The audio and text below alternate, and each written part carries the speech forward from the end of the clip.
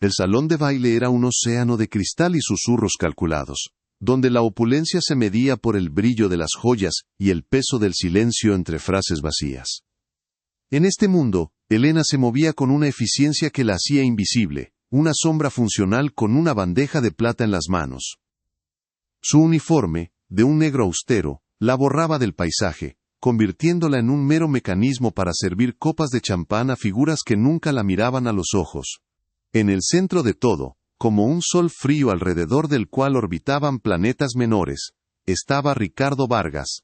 No necesitaba levantar la voz, su presencia imponía una gravedad natural. Su traje, cortado a la perfección, parecía una armadura contra la mediocridad del mundo. Sus ojos, de un azul gélido, barrían la habitación con el aburrimiento de un hombre que ya lo ha comprado todo, incluyendo la admiración de quienes lo rodeaban. Elena evitaba su órbita, sintiendo un instinto primordial de no acercarse demasiado al fuego que solo quema y no calienta. El desastre ocurrió con la sutileza de una grieta en un glaciar. Un invitado dio un paso atrás sin mirar, su codo rozó la bandeja de Elena y el equilibrio se rompió. Una sola copa de vino tinto se elevó en un arco grácil antes de estrellarse contra el mantel de lino blanco, a escasos centímetros del impecable zapato italiano de Ricardo Vargas. El líquido se extendió como una confesión, una mancha carmesí en un mundo de pureza artificial. El murmullo del salón se detuvo de golpe. El silencio que cayó fue denso, pesado, un juicio colectivo que se enfocó en la figura inmóvil de la mesera. Elena sintió cómo el calor abandonaba su rostro, sus manos temblaban, la bandeja de plata ahora se sentía como una losa de plomo. Todos los ojos estaban sobre ella, no como una persona, sino como el epicentro de una imperfección, una nota discordante en una sinfonía perfectamente afinada de poder y privilegio. El tiempo se congeló en ese instante de humillación silenciosa. Ricardo Vargas no levantó la voz, no necesitaba hacerlo. Bajó la mirada lentamente, primero a la mancha de vino, luego a los zapatos de Elena, sencillos y gastados, y finalmente a su rostro. Una sonrisa casi imperceptible, afilada como un bisturí, se dibujó en sus labios.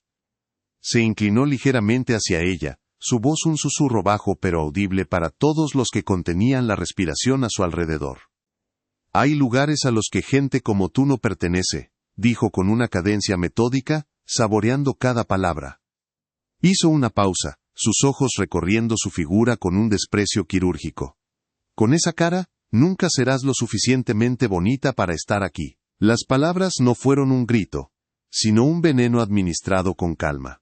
Elena no se movió, pero algo dentro de ella se quebró. Sintió el peso de cientos de miradas, algunas de avergonzada compasión, otras de cruel diversión. El silencio que siguió fue aún más aplastante que el anterior, un veredicto final que la sentenciaba a la invisibilidad. Nadie dijo nada mientras Elena, con una dignidad rota, se retiraba de la escena. El murmullo del salón se reanudó con una prisa forzada, como si todos estuvieran ansiosos por olvidar la desagradable interrupción. La mancha en el mantel fue cubierta, el incidente borrado. Pero la herida permaneció en ella. Más tarde esa noche, en la quietud de su pequeño apartamento, la luz tenue de la calle se filtraba por la ventana, iluminando el polvo en el aire. En un rincón, apoyado contra la pared, descansaba un estuche de violonchelo. Estaba viejo, cubierto de arañazos que contaban historias de viajes y sueños. Elena se sentó en el suelo frente a él, sin abrirlo. Simplemente apoyó la frente en la madera gastada, el material frío contra su piel. No lloró. Solo respiró, inhalando el olor a resina y a madera vieja, el aroma de una parte de sí misma que había mantenido encerrada. El estuche era un ataúd y un santuario al mismo tiempo, guardando la única belleza que ella sentía poseer, una que el mundo de Ricardo Vargas nunca podría ver. Al día siguiente, el sol se filtraba por la única ventana del apartamento de Elena, dibujando un rectángulo de luz pálida sobre el suelo de madera gastada. El aire estaba inmóvil, cargado con el residuo de la humillación de la noche anterior. Las palabras de Ricardo Vargas no eran un recuerdo, sino una presencia física, un eco que se adhería a las paredes y le oprimía el pecho. Su uniforme negro colgaba de una silla, como la piel mudada de una criatura que ya no quería ser. Sus ojos se posaron en el estuche del violonchelo, apoyado en el rincón como un viejo soldado en reposo. Durante meses, había sido un monumento a un sueño fallido, una fuente de dolor silencioso. La tentación de dejarlo cerrado, de aceptar la sentencia de invisibilidad que le habían impuesto, era abrumadora. Sentía el peso de la vergüenza como un ancla, arrastrándola hacia la resignación. Pero algo dentro de ella, una brasa diminuta que se negaba a extinguirse, comenzó a palpitar con un calor desafiante, un pulso de vida que se resistía a la oscuridad. Finalmente, se levantó. Sus movimientos eran lentos, deliberados, como si estuviera despertando de un largo letargo. Se arrodilló frente al estuche y deslizó los dedos sobre los pestillos metálicos, fríos al tacto. Al abrirlos, el sonido de los clics rompió el silencio opresivo de la habitación. La tapa se levantó, revelando el instrumento que descansaba sobre un lecho de terciopelo carmesí descolorido. El violonchelo no era una pieza de museo. Su barniz estaba marcado por años de práctica, con pequeñas cicatrices y rasguños que contaban la historia de su dedicación. Un aroma familiar, una mezcla de resina, madera de arce y polvo, ascendió y la envolvió. Era el olor de su verdadera identidad, un perfume del alma, que ningún salón de baile podría jamás replicar. Con una delicadeza casi reverencial, pasó la mano por las cuerdas, sintiendo la tensión familiar bajo sus yemas. No tocó una nota, solo respiró, permitiendo que ese simple contacto la reconectara con la única parte de sí misma que Ricardo Vargas no podía tocar ni juzgar. Las semanas que siguieron se convirtieron en un ritual silencioso de recuperación. Elena continuó trabajando en los mismos eventos de lujo, moviéndose entre los opulentos con una nueva clase de armadura. Ya no bajaba la mirada. En su lugar, observaba. Estudiaba los rostros detrás de las máscaras de cortesía, las miradas fugaces de aburrimiento, la risa forzada que no llegaba a los ojos. Empezó a ver las grietas en su mundo perfecto. La arrogancia de Ricardo Vargas ya no la intimidaba. Ahora la veía como una fragilidad, una necesidad desesperada de afirmación. Su uniforme negro seguía haciéndola invisible para ellos, pero para ella, se había convertido en una capa de observación. Se dio cuenta de que el poder que ellos ostentaban era externo, dependiente de la admiración y el miedo de los demás. Su poder, en cambio, residía en un lugar que nadie podía ver, un santuario interior construido con notas musicales y una resiliencia forjada en el silencio. Ya no era una víctima en su mundo, era una antropóloga silenciosa, estudiando una tribu extraña y ruidosa. Una tarde, mientras servía bebidas durante un ensayo de la orquesta filarmónica que Vargas patrocinaba, un sonido discordante la detuvo en seco. Provenía de una sala de práctica cercana, cuya puerta estaba entreabierta. Era un pasaje de Dvorak, una pieza que conocía íntimamente pero estaba siendo ejecutada con una urgencia torpe y sin alma. Las notas eran técnicamente correctas, pero carecían de la respiración, del espacio emocional que les daba sentido. La música no fluía, tropezaba. Elena se detuvo, con la bandeja de copas de agua en la mano, su cuerpo entero reaccionando a la melodía herida. Su instinto de músico, suprimido durante tanto tiempo bajo capas de obligaciones y miedos, se despertó con una fuerza innegable. Podía sentir el pulso equivocado del pasaje, la tensión en el lugar incorrecto, el miedo del intérprete transmitido a través del arco. Era como escuchar a alguien tartamudear en su lengua materna, y el impulso de corregir, de sanar la frase musical, era casi irresistible. Dentro de la sala, la figura imponente del maestro Damián se cernía sobre un joven violinista, cuya frente estaba perlada de sudor. La frustración del director era palpable, una nube de tensión que llenaba el pequeño espacio.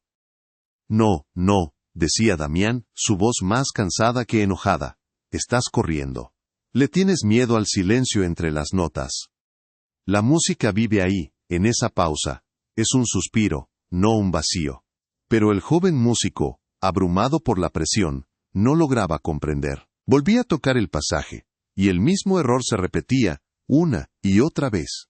Elena, observando desde el umbral, cerró los ojos y escuchó. No escuchaba las notas, sino la historia que no se estaba contando. Comprendió al instante el problema. El violinista interpretaba el pasaje como una declaración de dolor, cuando en realidad era una aceptación serena de éste. La clave no estaba en la velocidad, sino en la rendición.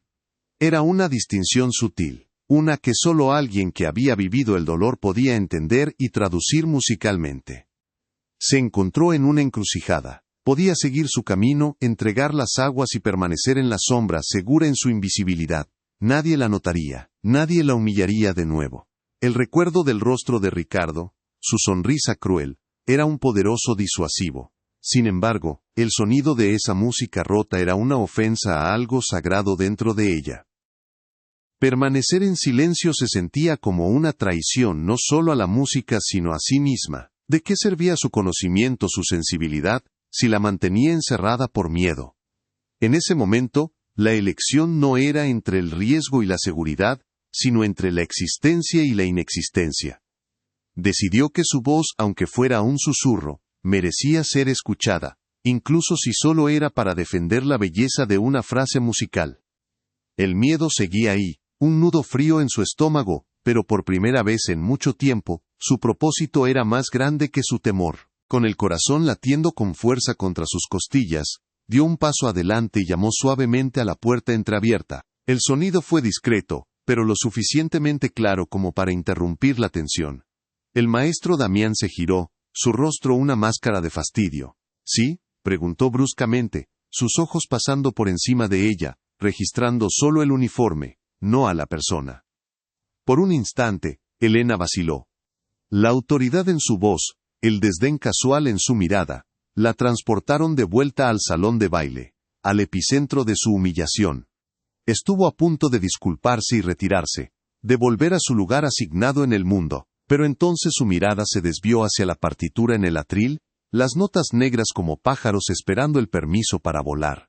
Encontró su ancla en ese lenguaje universal, un terreno donde ella no era una sirvienta sino una conocedora. La música le dio la fuerza para mantenerse firme y encontrar su voz. «Disculpe, maestro», dijo, y se sorprendió de lo clara y firme que sonaba su voz. No quise interrumpir. Hizo una pausa, reuniendo todo su coraje. «Es solo que, la frase que está tocando, no es una lucha. Es el momento justo después de que la lucha ha terminado». Sus ojos estaban fijos en la partitura, no en él, como si estuviera hablando directamente con la música. La está interpretando como un grito, pero es un suspiro de resignación. La fuerza no está en la nota sino en la calma que la precede. Sus palabras no eran una opinión, sino un diagnóstico, ofrecido con una certeza tranquila y una autoridad inesperada. Era un análisis profundo, una lección de musicalidad que iba más allá de la técnica, adentrándose directamente en el corazón de la composición. Un silencio denso y cargado de sorpresa cayó sobre la pequeña habitación, reemplazando la atmósfera de frustración que la había llenado momentos antes. El maestro Damián la miró fijamente, su irritación inicial transformándose en una lenta y desconcertada curiosidad. Vio a la mesera pero escuchó a una artista. La dicotomía era tan marcada que por un momento pareció no poder procesarla.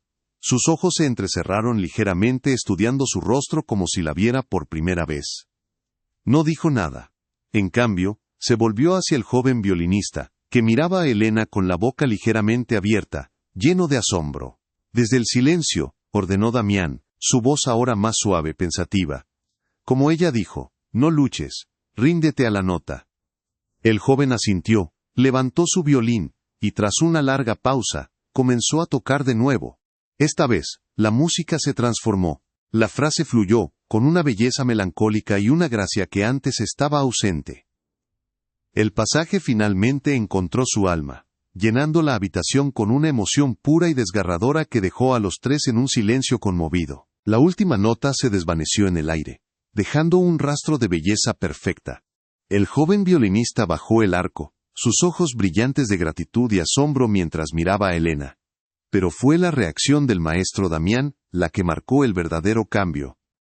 Se giró hacia ella lentamente, su expresión ya no era de simple curiosidad, sino de profundo e innegable respeto. El uniforme, el estatus, todo lo que definía su rol en ese edificio, se había disuelto. En sus ojos ella ya no era invisible. Era un enigma, una fuente de sabiduría musical que había aparecido de la nada. Abrió la boca para decir algo, para preguntar quién era, de dónde venía ese conocimiento, pero antes de que pudiera formular la pregunta, Elena ya estaba retrocediendo. Le ofreció una pequeña y enigmática sonrisa, un gesto que era a la vez una disculpa y una afirmación, y luego se dio la vuelta y desapareció en el pasillo. Mientras se alejaba, el sonido de sus pasos se desvanecía en los corredores del teatro, dejando al maestro Damián solo con el eco de la música y una pregunta sin respuesta. Ella no se había quedado para recibir reconocimiento ni para desafiar a nadie, simplemente había defendido la verdad de la música y luego había vuelto a sus sombras. Pero la semilla ya estaba sembrada. Había revelado una fracción de su verdadero yo, no con un acto de confrontación sino con un gesto de profunda sensibilidad y conocimiento. El poder en la sala de prácticas se había invertido silenciosamente, no por la fuerza, sino por la verdad. Y mientras Ricardo Vargas seguía moviéndose en su mundo de certezas superficiales, completamente ajeno a lo ocurrido, una curiosidad poderosa había nacido en el corazón de la única persona que tenía el poder de cambiar el escenario para siempre. El conflicto había comenzado, no con un grito, sino con una nota perfecta. La curiosidad del maestro Damián era una melodía persistente que no podía ignorar. Al día siguiente, buscó a la mesera que hablaba el lenguaje del alma musical. La encontró no en los pasillos dorados del teatro, sino en la cruda austeridad del área de descanso del personal, un espacio sin ventanas que olía a café rancio y a cansancio. Elena estaba sentada sola. Su postura era la de alguien que intenta ocupar el menor espacio posible. Damián se acercó con cautela, consciente de la barrera invisible que sus mundos representaban. ¿De dónde viene ese conocimiento?, preguntó sin preámbulos, su voz suave para no asustarla. Ella levantó la vista, sus ojos revelando una mezcla de miedo y sorpresa. Dudó, sus labios apenas formaron una respuesta sobre un conservatorio abandonado y sueños rotos. La conversación fue breve, torpe, pero para Damián fue suficiente. Vio más allá del uniforme. Vio el contorno de una artista exiliada, una revelación que lo dejó profundamente inquieto y fascinado, sin saber que su interés había encendido una mecha en la oscuridad. La noticia de la interacción no tardó en serpentear por los corredores hasta llegar a los oídos de Ricardo Vargas. No le llegó como la historia de un talento oculto, sino como un chisme sabroso. La mesera que se atrevió a darle lecciones al gran maestro Damián. Al principio, una sonrisa de desdén se dibujó en su rostro. La audacia de la insignificancia le parecía casi cómica. Sin embargo, la diversión se evaporó rápidamente, reemplazada por una irritación fría y afilada. En su universo meticulosamente ordenado, cada persona tenía un rol definido. Una empleada de servicio opinando sobre Dvorak era una anomalía, una grieta en la jerarquía que él presidía. No se trataba de música. Se trataba de una insubordinación silenciosa, un desafío a la estructura de poder que garantizaba su superioridad. Para Vargas, el orden no era una sugerencia, era un edicto. Y esa pequeña nota discordante, esa mujer invisible que se había atrevido a tener voz, debía ser silenciada de forma rápida y decisiva, restaurando el equilibrio de su mundo. La represalia de Vargas fue tan elegante como cruel, desprovista de la vulgaridad de una confrontación directa. Convocó al gerente de catering a su oficina, un espacio donde el aire acondicionado parecía enfriar el alma. Con una calma quirúrgica, expresó su preocupación por la falta de profesionalismo del personal. Mencionó distracciones innecesarias a los artistas, empleados que olvidaban su lugar. No mencionó a Elena por su nombre. No necesitaba hacerlo. El mensaje fue transmitido con una claridad implacable. Al día siguiente, Elena fue reasignada. Su mundo se encogió, despojado del brillo del salón de baile, y confinado a los laberintos subterráneos del edificio. Pasó de servir champán bajo candelabros de cristal, a fregar ollas en el vapor sofocante de la cocina, y a transportar cajas pesadas en el muelle de carga. El castigo no era solo laboral, era existencial. Fue un exilio deliberado a las entrañas del edificio, un recordatorio brutal y silencioso de que su lugar estaba en las sombras, lejos de la belleza y la luz. Mientras tanto, el maestro Damián intentaba localizarla. Preguntó por ella a otros miembros del personal, pero sus preguntas fueron recibidas con miradas evasivas y hombros encogidos. Un muro de silencio corporativo se había levantado a su alrededor. Pronto comprendió la verdad. La mano invisible de Ricardo Vargas había intervenido. Una sensación de impotencia y complicidad comenzó a corroerlo. Su simple acto de curiosidad había desencadenado el castigo de Elena, y él, atado por las cadenas doradas del mecenazgo de Vargas, no se atrevía a protestar. La dependencia financiera de la orquesta hacia Vargas era un bozal que le impedía defender lo que sabía que era correcto. La memoria de la profunda comprensión musical de Elena se convirtió en un tormento, un recordatorio constante de la injusticia que estaba permitiendo. El arte que tanto amaba se sentía de repente manchado, financiado por una arrogancia que aplastaba el mismo talento que pretendía celebrar. La disonancia entre sus principios y su silencio se hizo casi insoportable. La tensión alcanzó su punto máximo con la proximidad de la gala anual de la orquesta, el evento más prestigioso de la temporada y el escenario personal de Ricardo Vargas. Era la noche en que su poder como mecenas se exhibía en todo su esplendor. A pocos días del evento, el desastre golpeó. La violonchelista solista principal sufrió una fractura en la muñeca, dejando un vacío imposible de llenar en el programa. El pánico se extendió por los pasillos del teatro como un incendio silencioso. Para Damián, la crisis representaba una oportunidad desesperada y aterradora. Su mente volvió una y otra vez a Elena. Para Vargas, sin embargo, la situación era una plataforma perfecta para reafirmar su control. Se involucró personalmente en la gestión de la crisis. Su presencia en los ensayos era constante y opresiva. Supervisaba cada detalle, desde la iluminación hasta la disposición de las flores en el vestíbulo, transformando la emergencia artística en una demostración de su indispensable autoridad. Disfrutaba de la dependencia que todos tenían de él, saboreando el poder que ejercía sobre el caos. Impulsado por una mezcla de desesperación y un tardío sentido de la justicia, Damián buscó a Elena. La encontró en el sótano, en un pasillo mal iluminado donde el aire olía a cloro y metal. Estaba de rodillas, puliendo una interminable fila de bandejas de plata, su reflejo distorsionado en cada una de ellas. Con voz baja y urgente, el maestro le habló de la violonchelista lesionada, del solo vacante, de la audición.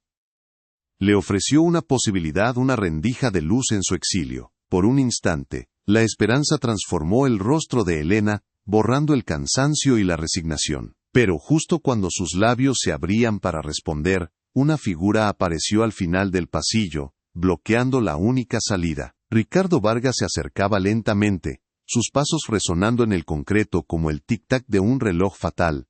No miraba a Damián. Sus ojos, fríos y divertidos, estaban clavados en Elena, y en su rostro se dibujaba la sonrisa de un depredador que finalmente ha acorralado a su presa.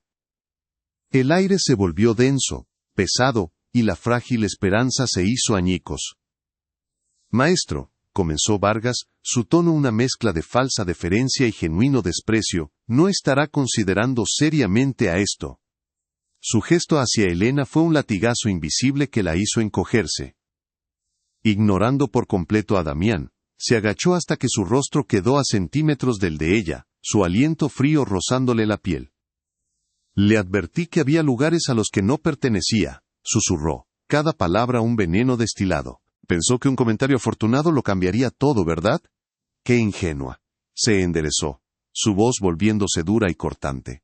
«Para que no queden dudas, he informado a la gerencia. Después de la gala, su empleo aquí termina. No volverá a entrar a este edificio, ni para limpiar, ni para soñar con escenarios que jamás pisará». Se ajustó los gemelos de su camisa, un gesto de absoluta finalidad. «Ahora, si me disculpan, hay una orquesta que salvar». Se dio la vuelta y se marchó, dejando tras de sí un silencio aplastante. Elena permaneció inmóvil, sus ojos fijos en la nada, la humillación final sellando su destino como una losa de granito. El eco de los pasos de Ricardo Vargas se desvaneció, pero sus palabras permanecieron, suspendidas en el aire viciado del sótano como esporas de un veneno. Elena no se movió. Siguió arrodillada en el suelo de hormigón frío, una bandeja de plata a medio pulir en su regazo. Su reflejo en la superficie metálica era una caricatura distorsionada, una figura sin rostro y encorvada. No lloró. El dolor era demasiado profundo para las lágrimas, una fractura interna que la había dejado hueca. El maestro Damián, que había presenciado toda la escena desde el fondo del pasillo, permaneció inmóvil, anclado por una mezcla paralizante de rabia y vergüenza. Vio la crueldad desnuda de su mecenas, y su propio silencio cómplice resonó en sus oídos con la fuerza de una nota desafinada. Quería acercarse, decir algo, ofrecer un consuelo que sabía inútil, pero sus pies parecían fundidos al suelo. En ese momento no era un director de orquesta, era solo un testigo de una demolición humana, y el peso de esa inacción lo aplastaba. Finalmente, Elena se levantó. Sus movimientos eran los de una anciana, cada articulación protestando contra el esfuerzo. Dejó la bandeja a un lado con una deliberada falta de cuidado. El leve sonido metálico fue su único acto de rebelión. Sin mirar a Damián, pasó a su lado y caminó hacia la salida. Su espalda, aunque erguida, transmitía una derrota absoluta.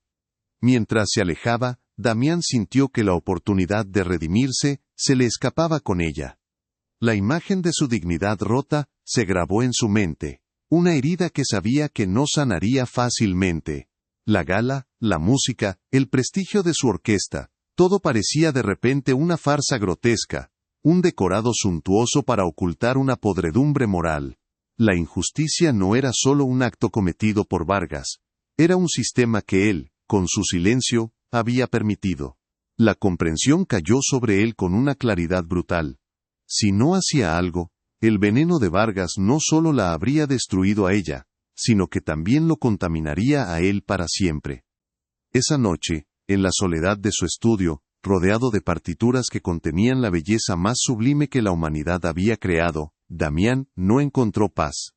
La música de Dvorak yacía abierta en su atril, pero las notas parecían mirarlo con acusación. Cada frase que había discutido con el joven violinista, cada pausa que había defendido como un suspiro del alma, ahora se sentía como una hipocresía. ¿Cómo podía pretender entender el dolor y la resignación en la música, si permitía que la crueldad dictara la realidad en sus propios pasillos? La imagen de Elena, arrodillada y rota, se superponía a las notas. Se dio cuenta de que la batalla no era por un puesto en la orquesta, sino por el alma misma del arte que profesaba amar. El poder de Vargas, basado en el dinero y el miedo, había profanado el único santuario que Damián consideraba sagrado. Una resolución fría y dura comenzó a cristalizar en su interior, una idea tan arriesgada y desesperada que podría costarle todo. Al día siguiente, Damián solicitó una reunión con Ricardo Vargas. Entró en la oficina del magnate, un espacio minimalista y frío que reflejaba perfectamente a su ocupante. Vargas lo recibió con una sonrisa satisfecha, como un general que acepta la rendición de su adversario. Damián no perdió el tiempo en sutilezas. «Tenemos un problema», dijo, su voz tranquila pero firme. «La noticia de la lesión de nuestra solista se ha filtrado. Los críticos están esperando ver cómo manejamos la crisis.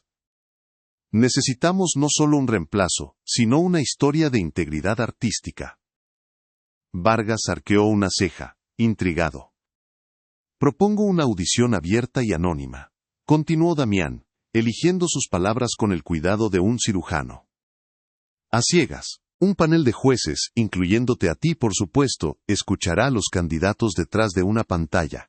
Elegiremos basándonos únicamente en el sonido, en el talento puro. Será una declaración poderosa contra el nepotismo y el favoritismo del que a menudo se acusa a nuestro mundo».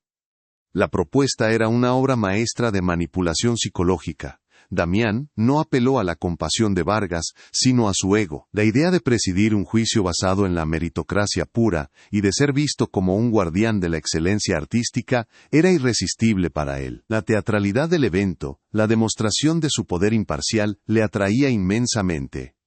«Una audición a ciegas», repitió Vargas saboreando las palabras. «Me gusta. Es audaz. Muestra que bajo mi patrocinio, solo importa el mérito». Asintió lentamente, su mente ya calculando la cobertura mediática que un evento así podría generar. No tenía la menor sospecha de la verdadera intención de Damián. Para él, era simplemente otro escenario en el que podía interpretar el papel del rey filósofo, justo y sabio. «Organízalo», ordenó con un gesto displicente. «Asegúrate de que sea impecable». Damián sintió una oleada de alivio mezclada con el sabor amargo del engaño. La trampa estaba puesta. Ahora solo necesitaba convencer a su única candidata para que entrara en ella. Encontró a Elena en el vestuario del personal, vaciando su taquilla. Sus movimientos eran metódicos, desprovistos de emoción. Colocaba sus pocas pertenencias en una caja de cartón, con una resignación que le partió el corazón a Damián. Se acercó en silencio, consciente de que sus próximas palabras podrían ser las más importantes de su carrera. «Elena», dijo suavemente. Ella no se giró. «He venido a despedirme», respondió ella, su voz plana. «No», dijo él. «He venido a pedirte que luches». Le explicó rápidamente el plan. La audición a ciegas, la pantalla, la oportunidad de ser juzgada solo por su música. Vio un destello de algo en sus ojos, una chispa de la vieja llama, pero se extinguió casi al instante. Ella negó con la cabeza, una sonrisa triste y cansada en sus labios. «¿Y qué sentido tiene?», susurró. «Incluso si tocara como un ángel, en el momento en que bajaran la pantalla seguiría siendo yo. Él encontraría una manera de negármelo. Ya me sentenció, no quiero volver a pasar por eso». Damián sintió la tentación de rendirse, de aceptar su lógica aplastante. El riesgo de una humillación aún mayor era real. Pero entonces, su mirada se posó en la caja de cartón, donde junto a un par de zapatos gastados, asomaba un pequeño libro de partituras de Bach. «Esto no es por él», dijo Damián, su voz ganando una intensidad apasionada. «Él ya te ha quitado tu trabajo, tu dignidad. ¿Vas a dejar que también te quite tu música? ¿Vas a permitir que su fealdad silencie la belleza que llevas dentro? Esto no es para conseguir un puesto, Elena. Es para que, por una vez, en su propio escenario, se vea obligado a escuchar la verdad sin poder juzgarla con sus ojos. Toca para ti. Toca para la música. Toca para que ese sonido exista en el aire de ese auditorio, aunque solo sea por 5 minutos. Demuéstrale, no a él, sino a ti misma, que tu alma es más grande que su prejuicio».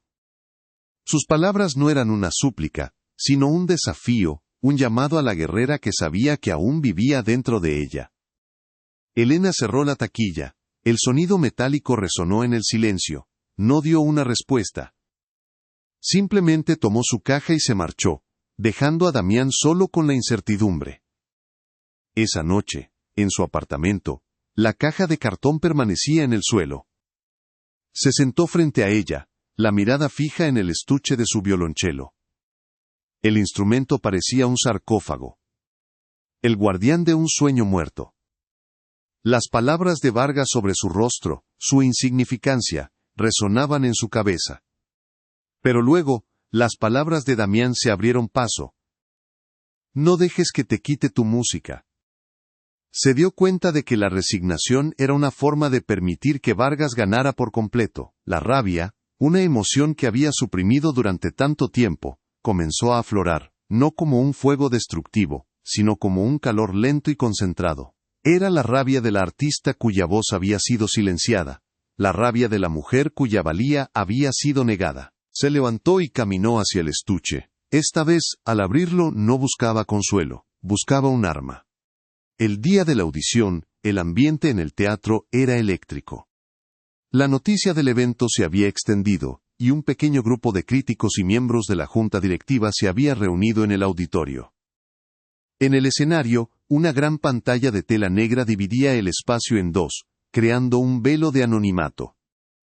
Ricardo Vargas se sentó en el centro de la primera fila, adoptando una pose de connoisseur, preparado para impartir su juicio infalible.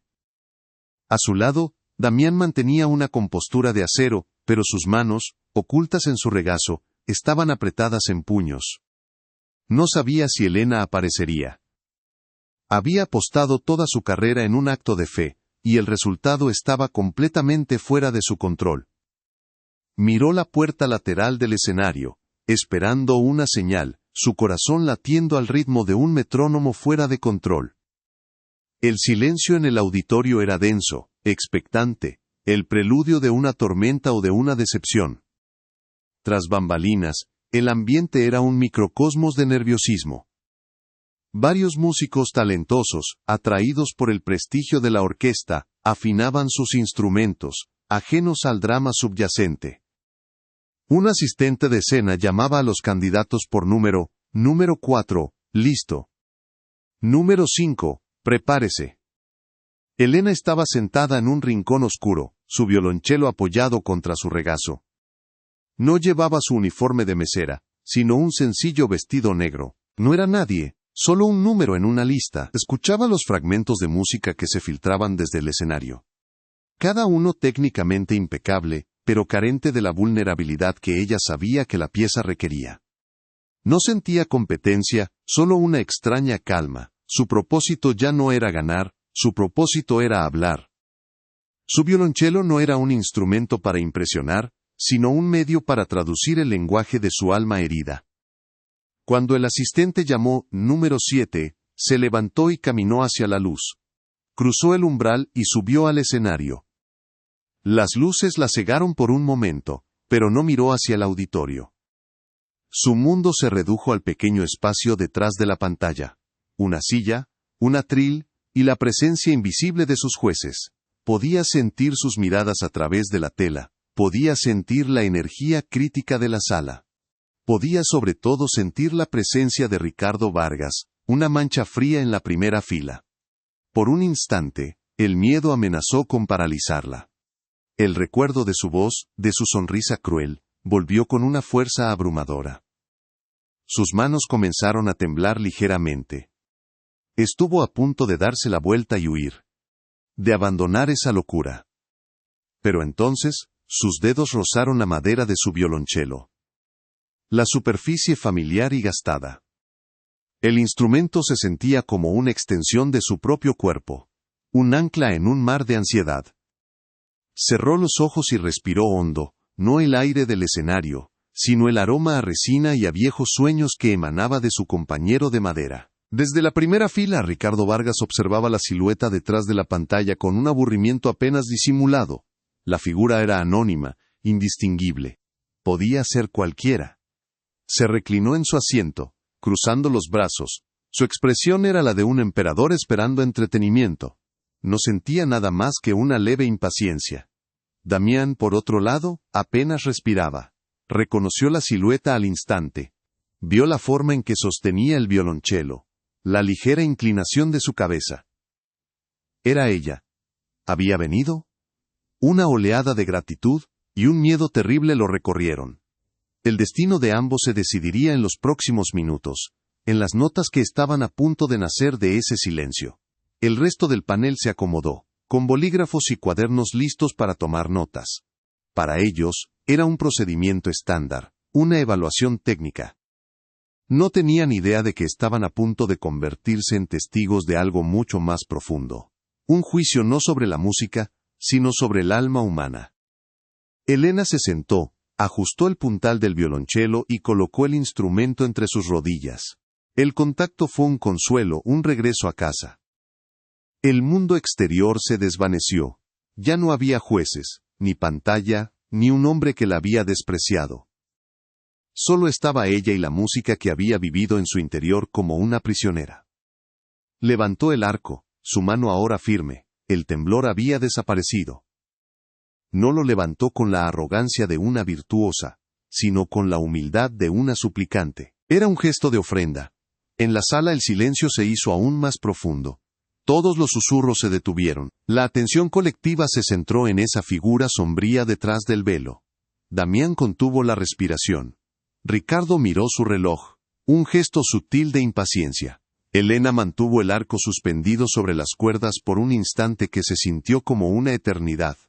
Una pausa cargada con el peso de todo su dolor, su esperanza y su desafío. Luego, en el silencio absoluto, tomó una última y profunda respiración. La sala de conciertos, antes un escenario de su humillación, se había transformado en un confesionario. La pantalla negra no era una barrera, sino un lienzo en blanco sobre el que estaba a punto de pintar con sonido. En su mente, no estaba tocando para un panel de jueces anónimos, le estaba hablando directamente a la única persona cuya opinión ya no le importaba. No iba a tocar con ira ni con resentimiento, esas eran las emociones de él. En su lugar, iba a tocar desde el lugar que él nunca podría alcanzar, su resiliencia, su capacidad de encontrar belleza en las ruinas. Se preparó para interpretar el adagio, el corazón de la pieza, un pasaje que no exigía virtuosismo técnico, sino una desnudez emocional absoluta. Era una conversación íntima sobre la pérdida y la aceptación, y ella estaba a punto de contar su propia historia a través de las notas de otro. La expectativa en la sala era casi dolorosa, un vacío esperando ser llenado. El poder en el auditorio había comenzado a desplazarse, aunque nadie excepto Damián lo sabía todavía. Ya no estaba en la primera fila, en el traje caro y la actitud de desdén de Ricardo Vargas. Se había deslizado silenciosamente detrás de la pantalla, concentrándose en el arco levantado de una mujer invisible. El control ya no residía en quien juzgaba, sino en quien tenía la verdad en sus manos. Vargas creía que estaba a punto de evaluar una actuación, pero en realidad, estaba a punto de ser confrontado con el reflejo de su propia ceguera. La música se convertiría en el espejo, y la belleza que estaba a punto de desatarse sería la prueba irrefutable de su error. La virada no sería ruidosa ni confrontacional. Sería un cambio sísmico silencioso, iniciado por la vibración de una cuerda de violonchelo. Una vibración que pronto sacudiría los cimientos de su mundo perfectamente construido. El arco de Elena se mantuvo en el aire, un péndulo detenido en el ápice de su oscilación. En ese instante suspendido, ella era la dueña del tiempo. Ricardo Vargas carraspeó, un sonido casi imperceptible pero que rompió la quietud, una última afirmación de su impaciente autoridad. No funcionó. El silencio que siguió fue aún más profundo, como si la sala entera estuviera conteniendo la respiración colectivamente, esperando permiso para volver a exhalar. Elena no lo escuchó, o si lo hizo, no le importó. Estaba en un lugar más allá de las interrupciones, más allá del juicio. Estaba en el umbral de su propia liberación. Su rostro, oculto a todos, estaba sereno. Una leve sonrisa, no de triunfo, sino de paz, se dibujó en sus labios. Sabía que, sin importar lo que sucediera después, este momento era suyo. Había reclamado su voz, y estaba a punto de usarla. La virada silenciosa estaba completa. El escenario estaba preparado no para una audición, sino para una revelación. La injusticia había alcanzado su punto máximo, la tensión se había acumulado hasta un límite insoportable, y ahora, el público invisible de esta historia sentía una punzada de alivio y una expectativa casi insoportable. Algo fundamental estaba a punto de cambiar.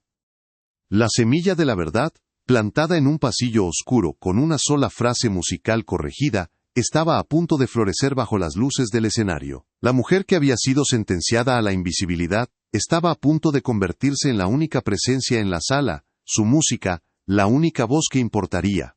El equilibrio de poder, tan firmemente sostenido por la arrogancia y la riqueza, se tambaleaba al borde del colapso, esperando el suave empuje de la primera nota. El arco comenzó su lento descenso. No se precipitó hacia las cuerdas, sino que se acercó a ellas con la ternura de un amante. La cámara imaginaria se centraría en el rostro de Vargas, todavía confiado y ajeno. Luego, en el de Damián, lleno de una esperanza aterrorizada. Finalmente, volvería a la silueta detrás de la pantalla. Una figura de dignidad anónima. El público ya no sentía indignación, sino una anticipación casi vertiginosa. La promesa de la justicia estaba en el aire, tan palpable como la resina en el arco. La pregunta ya no era si ella podía tocar, sino si ellos serían capaces de escuchar. El mundo se detuvo en esa fracción de segundo antes del contacto, el momento de quietud absoluta antes de que el sonido lo cambiara todo para siempre.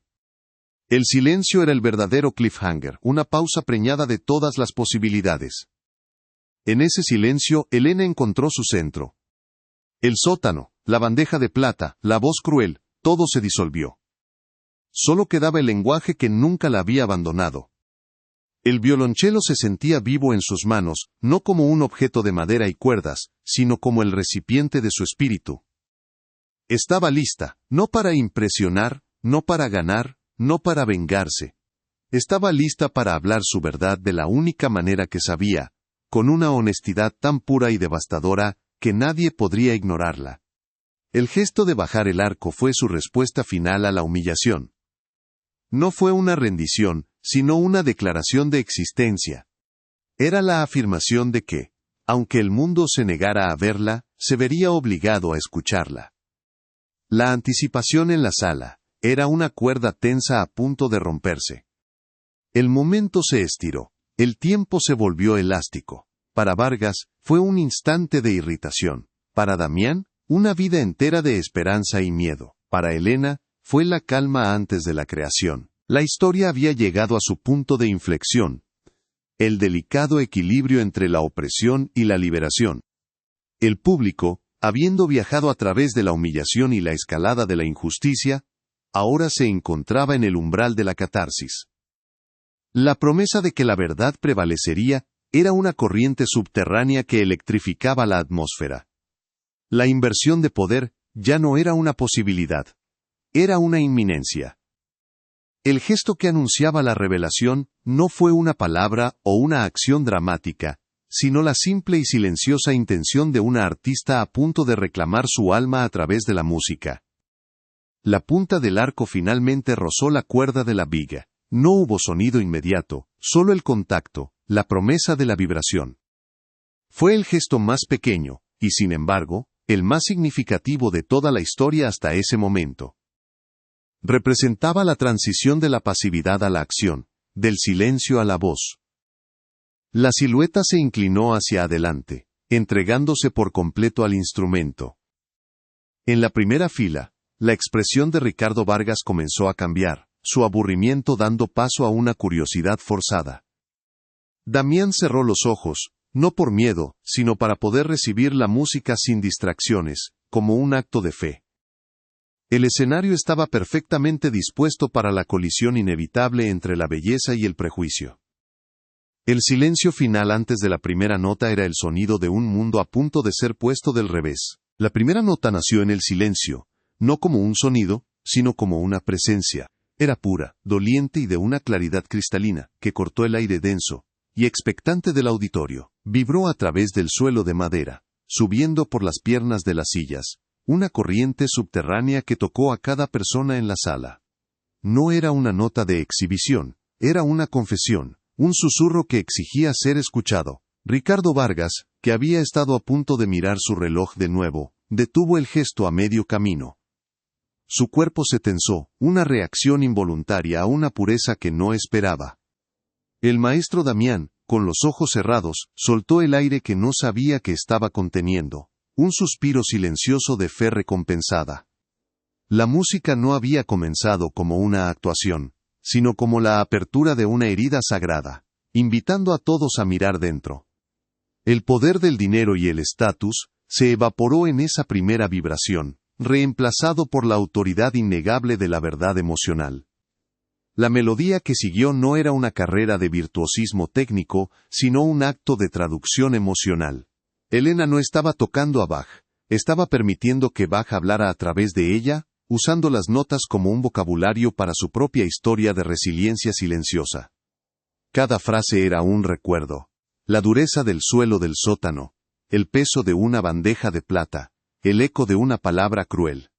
Pero no había autocompasión en el sonido. En su lugar, había una dignidad inquebrantable, una belleza forjada en el fuego de la humillación. La música se elevaba y caía, respirando con una humanidad tan profunda que trascendía la técnica. Detrás de la pantalla, la silueta de Elena se mecía con el instrumento, ambos fusionados en una sola entidad que narraba una epopeya del alma. El auditorio ya no era una sala de conciertos, se había convertido en un santuario, y la audiencia, antes un grupo de críticos, ahora era una congregación de testigos silenciosos.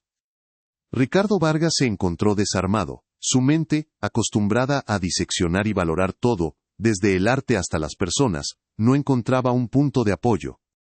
Intentó analizar la técnica del arco, la pureza de la entonación, pero el torrente emocional de la música lo desbordaba. Era como intentar medir un océano con una regla. La arrogancia se desprendió de él capa por capa, reemplazada por una concentración perpleja.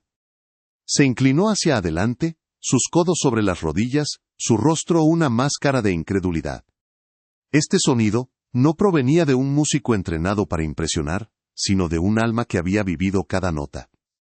La belleza que escuchaba era tan innegable y tan visceral que comenzó a erosionar los cimientos de su mundo, donde el valor era algo que se podía comprar y exhibir. Por primera vez en mucho tiempo, Ricardo no estaba juzgando.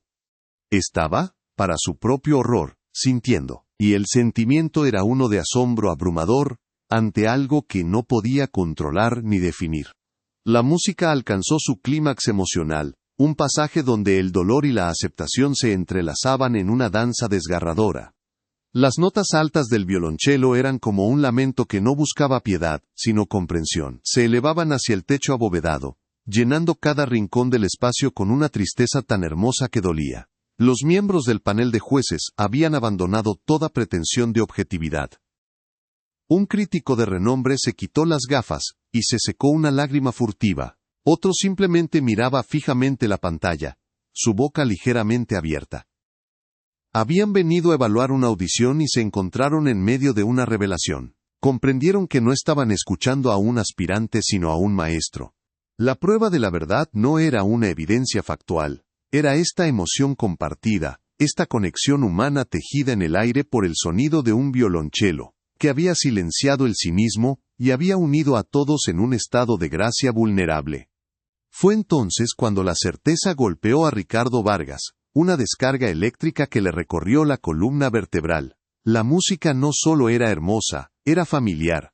Llevaba el eco de una herida que él mismo había infligido, la resignación digna, la fuerza silenciosa, la profunda melancolía. Era el alma de la mujer que había humillado en el sótano, traducida a un lenguaje que ahora no podía ignorar. Su mente conectó los puntos con una velocidad aterradora. La insistencia de Damián, la audición a ciegas, la inexplicable profundidad de la interpretación. El color abandonó su rostro. El aire se volvió escaso en sus pulmones. No era posible.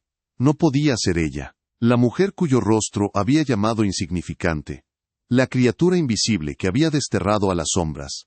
No podía ser la fuente de esta belleza sublime que tenía a toda la sala cautiva. El horror de su error, de su ceguera, se abrió ante él como un abismo. Su mundo tan cuidadosamente construido sobre juicios superficiales, se estaba desmoronando en tiempo real. La última nota se sostuvo en el aire, un hilo de plata suspendido en la quietud. Elena no la cortó, dejó que se desvaneciera por sí misma, muriendo lentamente hasta que solo quedó su memoria. Y entonces el silencio. Pero era un silencio diferente al de antes, no estaba vacío. Estaba lleno de la emoción que la música había dejado atrás, denso, pesado y resonante. En ese silencio absoluto, la transferencia de poder se completó. La figura anónima detrás del velo se había convertido en el centro gravitacional de la habitación. Mientras que el hombre más poderoso en la primera fila se había vuelto completamente insignificante. El veredicto ya había sido emitido no por los jueces sino por la música misma. El silencio era su aplauso más atronador, la prueba final e irrefutable de que la verdad del alma siempre hablará más fuerte que el ruido del prejuicio. El auditorio contuvo la respiración, atrapado en el hechizo de ese vacío elocuente. El hechizo se rompió. Un solo espectador, en la parte de atrás, se puso de pie y comenzó a aplaudir, un sonido solitario y resonante en la quietud. Luego, otro se unió, y otro más, y en cuestión de segundos, todo el auditorio estaba de pie, estallando en una ovación que no era solo de aprecio sino de catarsis.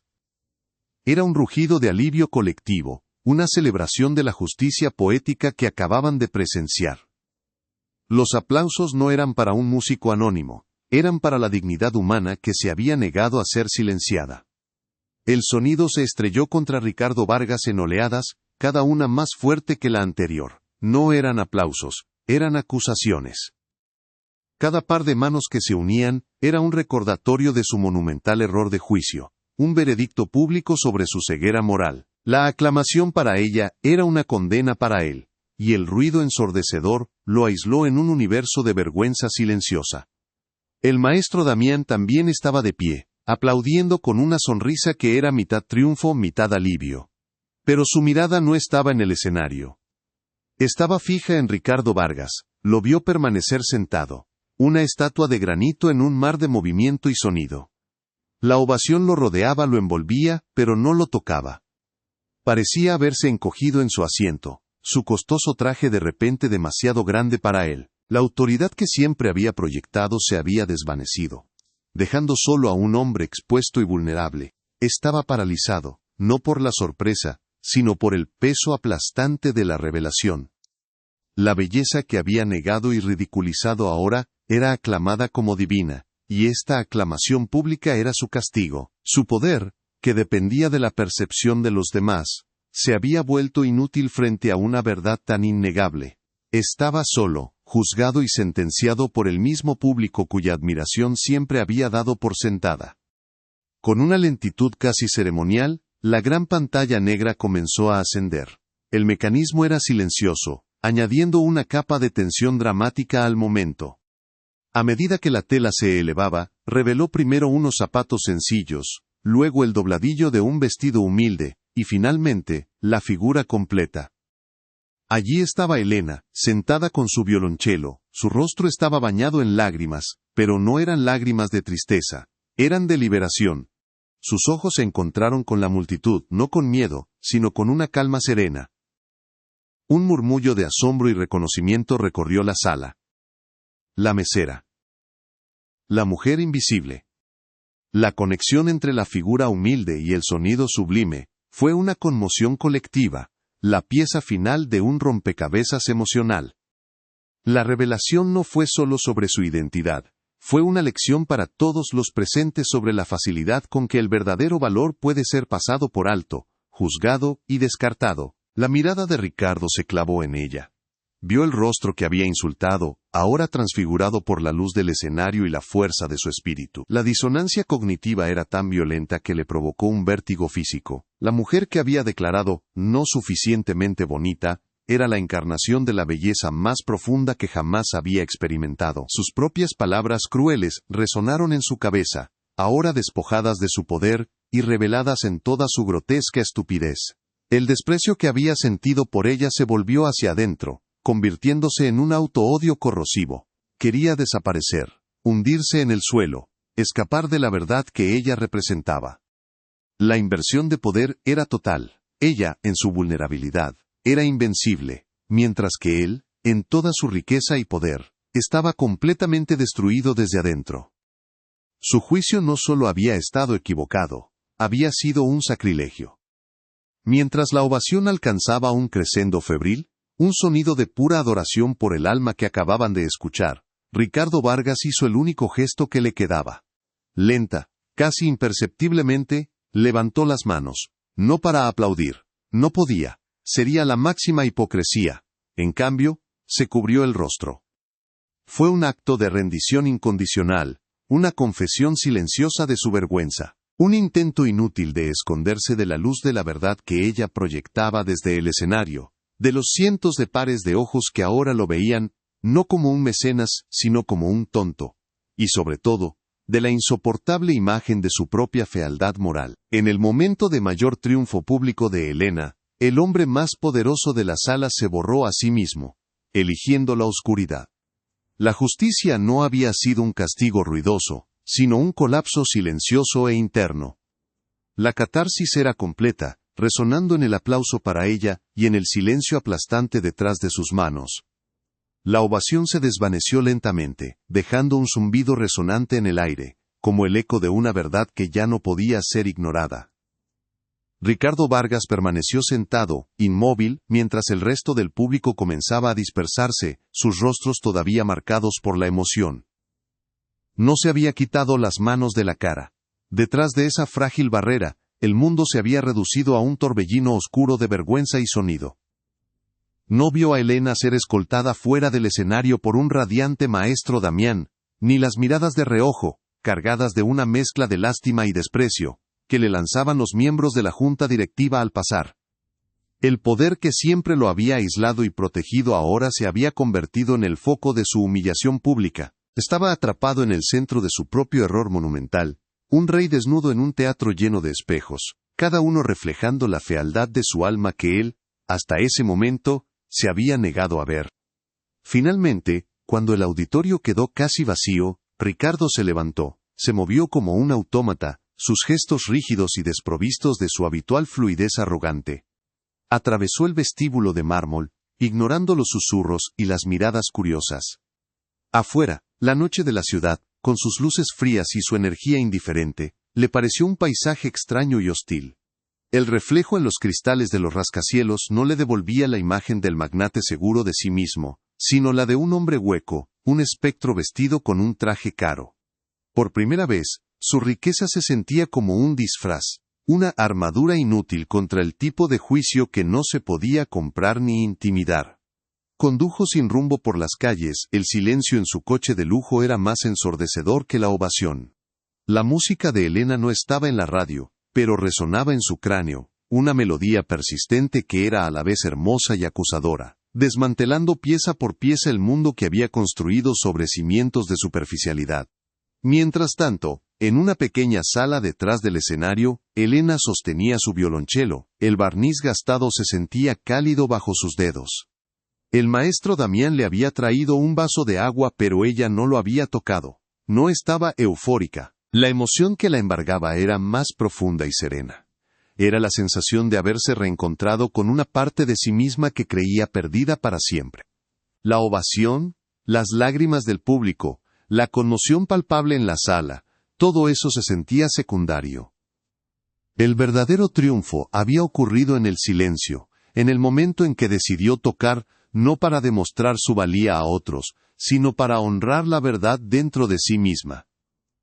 Miró el viejo estuche del instrumento, el símbolo de sus sueños rotos, y por primera vez en años, no vio un ataúd, sino una cuna.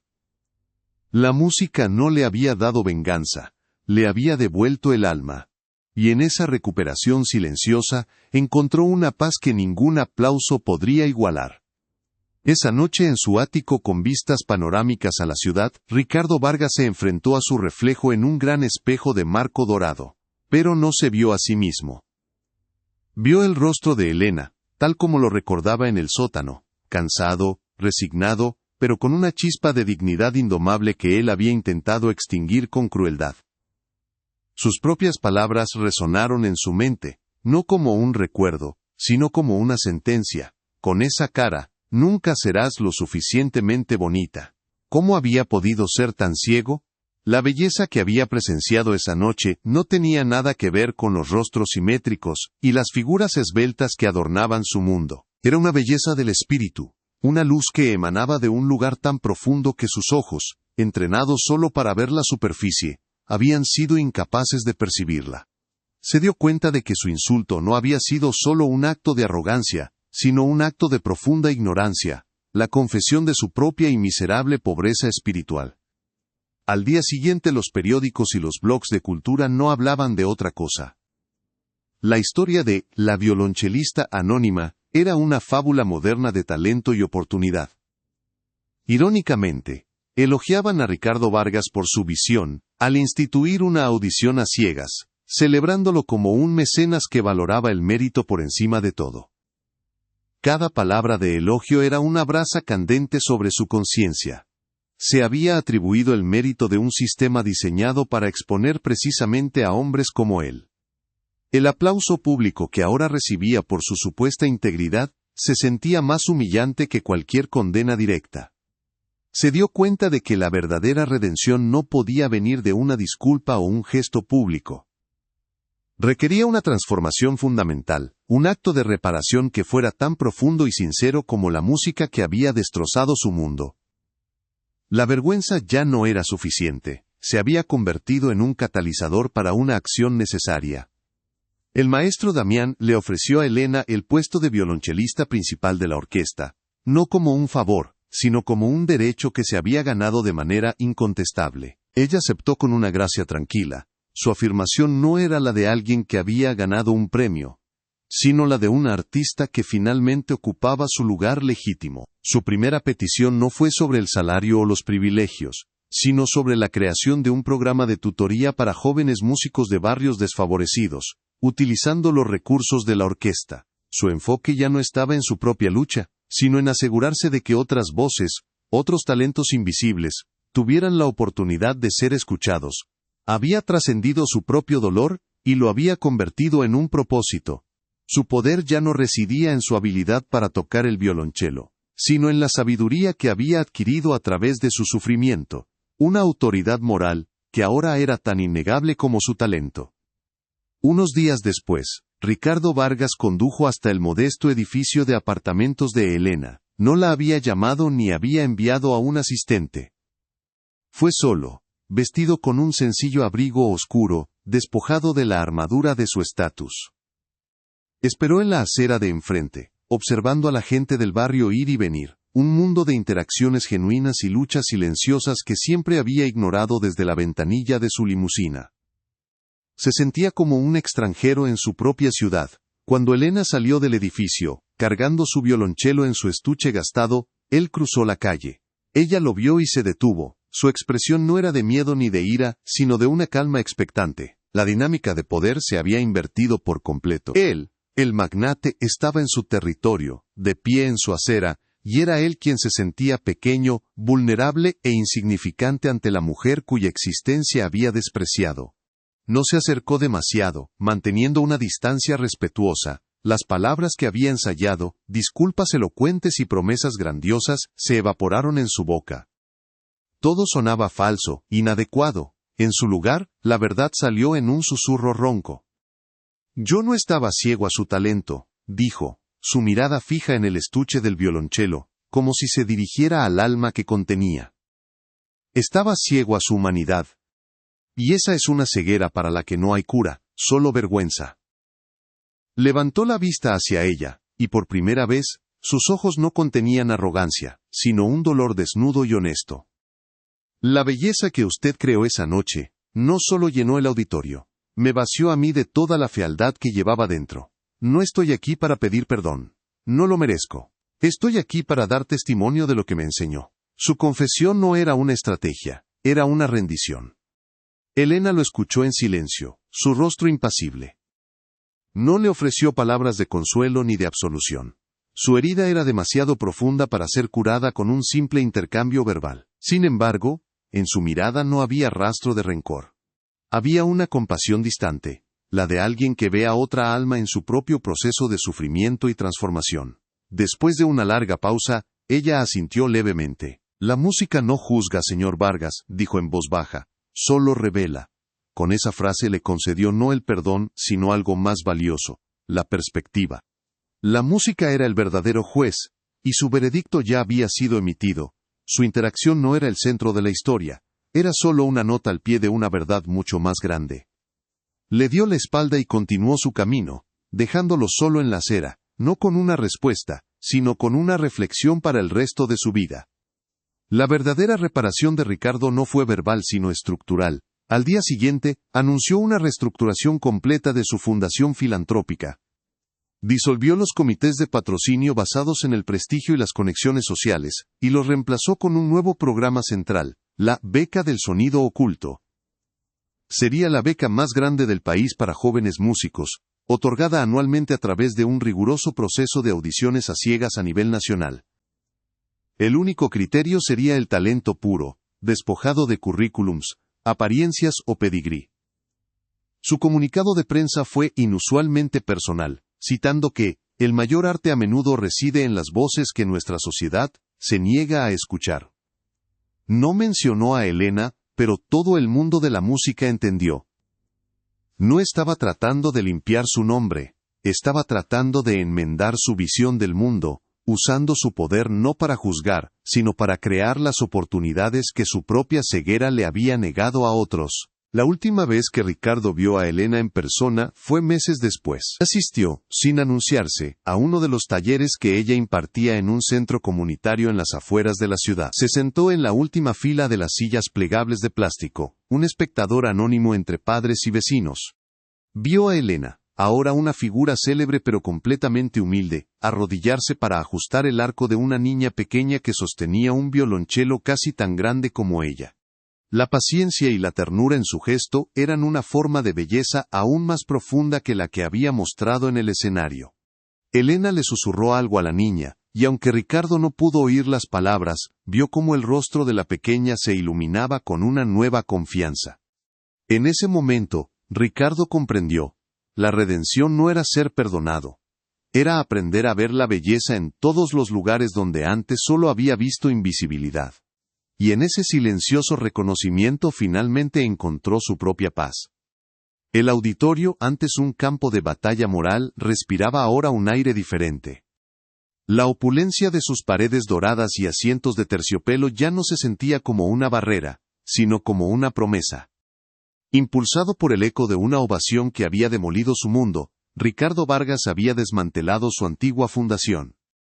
En su lugar, nació la Beca del Sonido Oculto, una iniciativa que sacudió los cimientos del mecenazgo artístico. Las audiciones ya no se celebrarían en salones privados para candidatos con pedigrí, sino en teatros comunitarios y escuelas públicas, detrás de una pantalla que garantizaba que solo el alma de la música sería juzgada.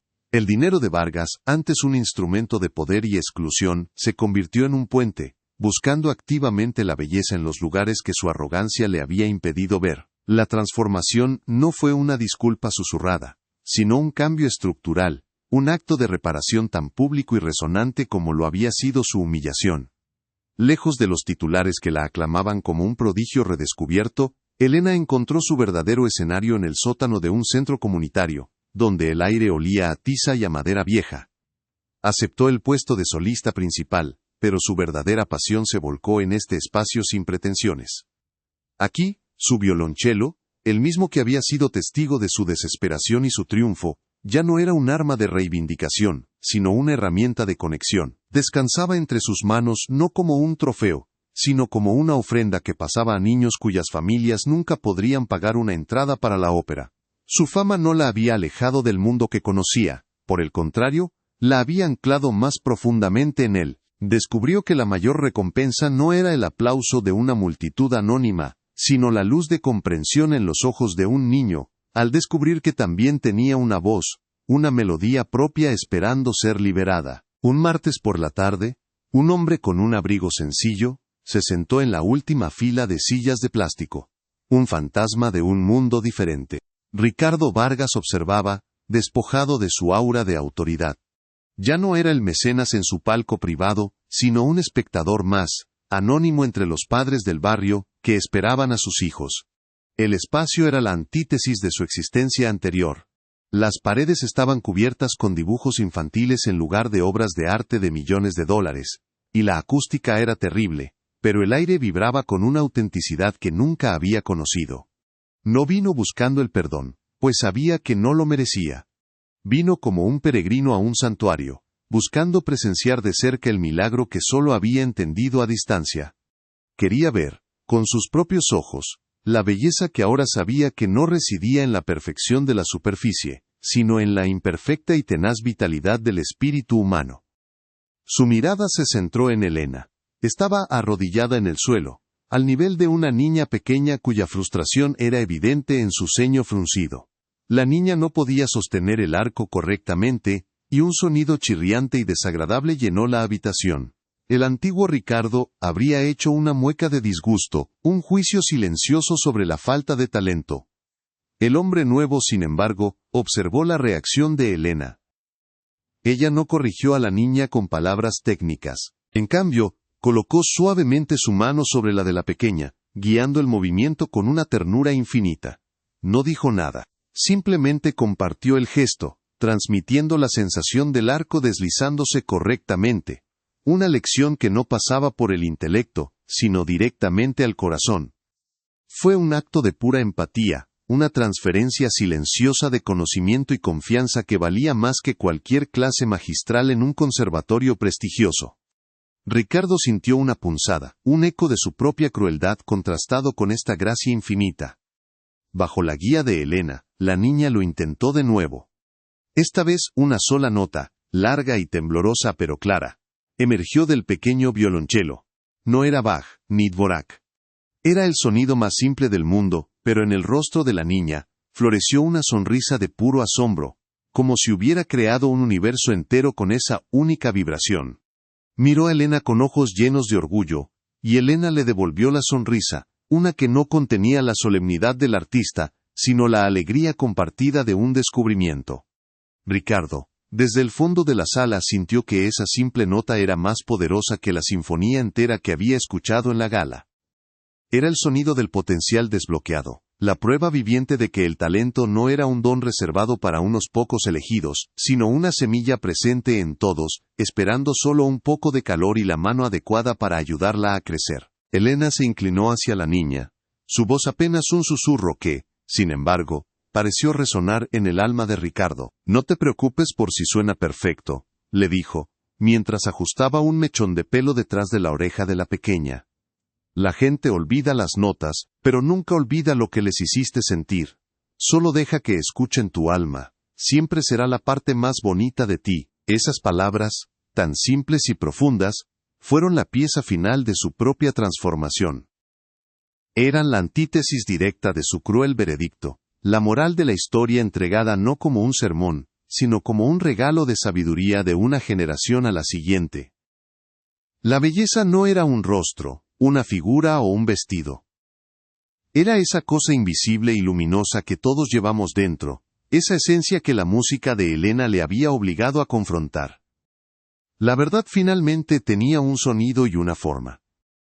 Sin hacer ruido, Ricardo Vargas se levantó y salió del centro comunitario, volviendo a la indiferencia de la ciudad. Nadie notó su presencia ni su partida. Ya no necesitaba ser el centro de la historia. Mientras caminaba por la acera, el sonido de la práctica de violonchelo de la niña, vacilante pero persistente, lo siguió por un momento antes de ser absorbido por el ruido del tráfico. No se dio la vuelta. Su redención no estaba en recibir la absolución de Elena, sino en llevar consigo esa lección para siempre. La verdadera transformación no era un final, sino un nuevo comienzo. El compromiso de pasar el resto de su vida escuchando, no con los oídos de un crítico, sino con el corazón de un hombre que finalmente había aprendido a reconocer el alma en los lugares más inesperados. La justicia no había sido una venganza, sino una curación. Y la esperanza era el eco de una nota imperfecta pero valiente.